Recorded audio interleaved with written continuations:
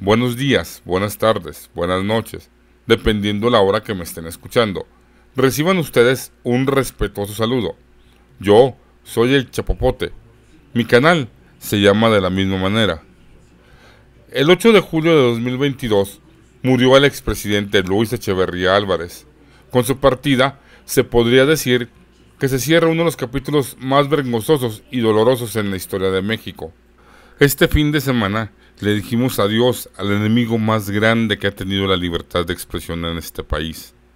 Aquel que soñó con ser designado Premio Nobel de la Paz cuando se encontraba en la cumbre de su ejercicio del poder. El hombre que se ganó la candidatura presidencial del PRI en 1970 con la operación represiva contra los estudiantes en 1968 y que desplegó bajo su gobierno un estilo igualmente feroz contra normalistas en 1971. Se fue sin rendir cuentas ni tener castigo. Abro comillas, ni pido perdón a nadie, ni me lo doy, cierro comillas, dijo. Pasemos entonces a la información, para que estén ustedes enterados y revisemos la historia y lo que podría catalogarse como el reinado sexenal de Luis Echeverría Álvarez, quien ejerció un mando marcado por la intolerancia, la represión, y que heredó a México una de las crisis económicas más dramáticas del siglo XX. Luis Echeverría Álvarez nació en la Ciudad de México el 17 de enero de 1922, apenas 3 años después de la conclusión de la Primera Guerra Mundial y el Tratado de Versalles, y cuando en México aún no era fundado el PRI, el partido que le daría su reinado sexenal. Siendo hijo de Rodolfo Echeverría Esparza y Catalina Álvarez Gallou, y hermano mayor del actor mexicano Rodolfo Landa, su niñez transcurrió cuando en el teléfono tenía cobertura nacional de nuestro país. Pero llegó a la era de la comunicación en tiempo real, el internet, las redes sociales. Fue un abogado y político mexicano, licenciado en Derecho por la Escuela Nacional de Jurisprudencia. En 1946 ingresó al Partido Revolucionario Institucional, en donde trabajó para el presidente del partido como secretario del general Rodolfo Sánchez Taboada. Lo siguió a la Secretaría de Marina. Fue oficial mayor de la Secretaría de Educación Pública. Fue oficial mayor del Comité Ejecutivo Nacional del PRI, siendo presidente del CEN del PRI Agustín Olachea Áviles. En 1958 fue nombrado subsecretario de Gobernación. En 1964 fue nombrado secretario de Gobernación por el presidente Gustavo Díaz Ordaz. En esa época ocurrió la represión de estudiantes en la Plaza de las Tres Culturas en Tlatelolco, el 2 de octubre de 1968, de la cual ya todos sabemos los resultados. Al inicio del movimiento estudiantil de 1968, en una conferencia de prensa, la noche del 30 de julio de ese mismo año, Luis Echeverría intentó deslindar al presidente Gustavo Díaz Ordaz de su responsabilidad por la intervención del ejército reprimiendo a los estudiantes y derribando con un proyectil de bazooka la puerta de una preparatoria. En esa conferencia de prensa, Echeverría dijo haber solicitado él mismo, junto con el jefe del Departamento del Distrito Federal, la intervención del ejército, facultad que estaba reservada para el titular del Ejecutivo, de modo que Echeverría declaró haber cometido un acto ilegal. La ilegalidad del hecho y el carácter político de la represión ejercida por el régimen fueron señaladas en ese momento por el periodista Edmundo Jardón, en una réplica desacostumbrada en ese entonces. A pesar de que distintas investigaciones de prensa han documentado la red de intrigas que Luis Echeverría tejió desde la Secretaría de Gobernación para empujar la represión estudiantil del 2 de octubre, Echeverría hasta el final le dudó de la responsabilidad. El 8 de noviembre de 1969 fue designado candidato a la presidencia de la República por el PRI. El 5 de julio de 1970 fue elegido y el 1 de diciembre asumiría el cargo. Su elección estuvo plagada de irregularidades, como todas las de entonces. El 18 de julio, el presidente del PAN, Manuel González Hinojosa, desconoció el proceso electoral del día 5 de ese mes, y el 30 retiró a su representante en la Comisión Federal Electoral, además de que anunció que los presuntos legisladores panistas no asistirían al colegio electoral. El México agraviado que iba a gobernar Luis Echeverría Álvarez a partir del 1 de diciembre de 1970 no superaría en muchas décadas las heridas del sexenio díaz-ordazista, en las que el nuevo presidente había tenido responsabilidad activa. Desde el inicio de su administración, Echeverría intentó distanciarse de su responsabilidad en la represión del movimiento estudiantil del 68, mediante un discurso de apertura hacia los jóvenes universitarios, en especial con los de la UNAM. Durante 1968 y 1971, en el presupuesto de la UNAM creció en un 1.688%. El sector burócrata aumentó de 600,000 en 1972 a 2.2 millones en 1976, empleando en gran cantidad a egresados universitarios de los 60. En el gabinete había un 78% de egresados de la UNAM. Inclusive, un líder del 68, llamado Francisco Javier Alejo, fue designado director del Fondo de Cultura Económica.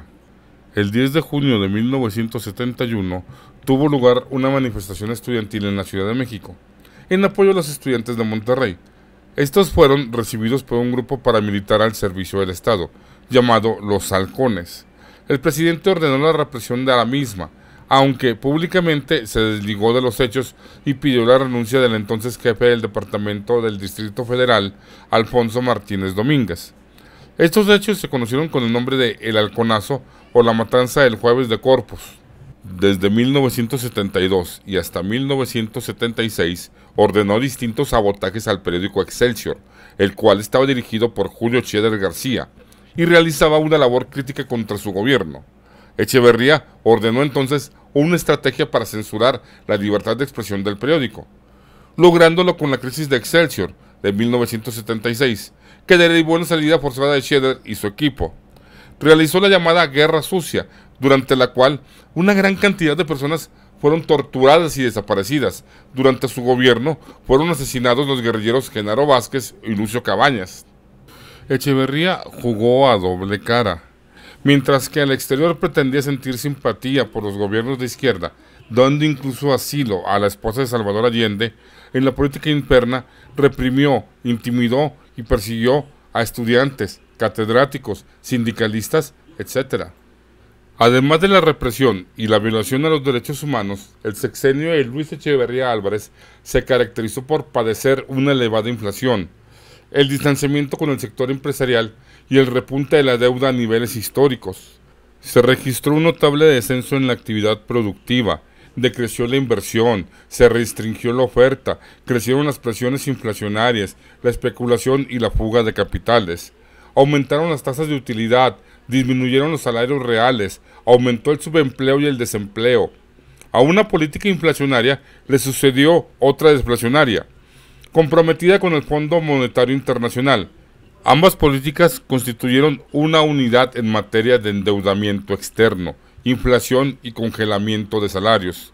La tasa promedio de crecimiento bajó del 7.03% en el periodo 1960-69 a 1.67% en 1976.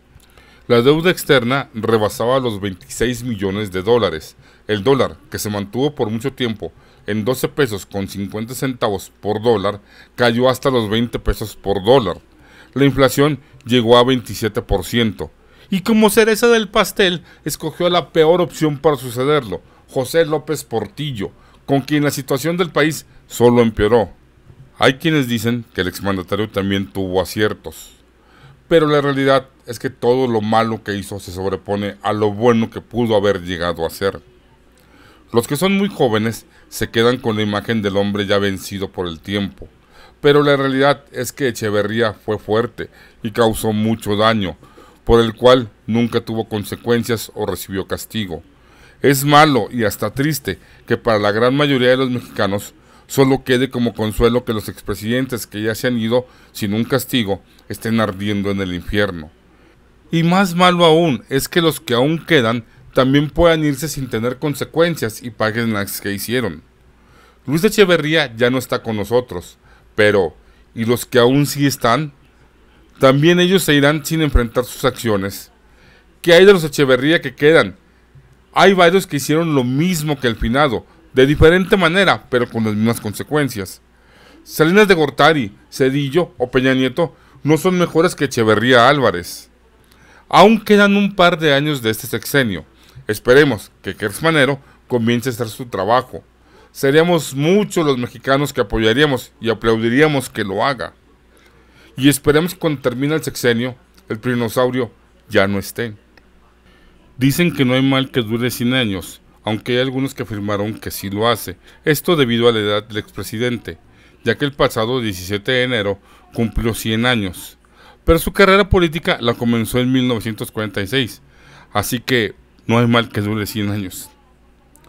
Luis Echeverría Álvarez feneció el 8 de julio de 2022. Con él se cierra una de las páginas más vergonzosas y dolorosas en la historia del país.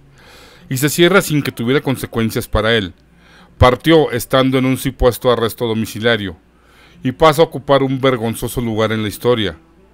Dicen que cuando alguien llega al final de sus días, todos sus asuntos se dan por terminado. Incluso hay quienes se esfuerzan por resaltar las bondades de esa persona. Pero, al menos para mí, en lo que se refiere al expresidente Luis Echeverría Álvarez, que Dios lo tenga a fuego lento. Y recuerden que la mejor forma de acabar con un pueblo es hacer lo que se olvide de su pasado, porque está condenado a cometer los mismos errores. Si este trabajo es de su agrado, les ha servido o ayudado de alguna manera, regálenme un like y suscríbanse al canal, que esto nos ayuda a crecer. Yo fui el Chapopote. Mi canal se llama de la misma manera. Yo regresaré con más información, esperando contar con el favor de su atención. Amigas, amigos, están ustedes informados, dejando en claro que la mejor opinión es la suya.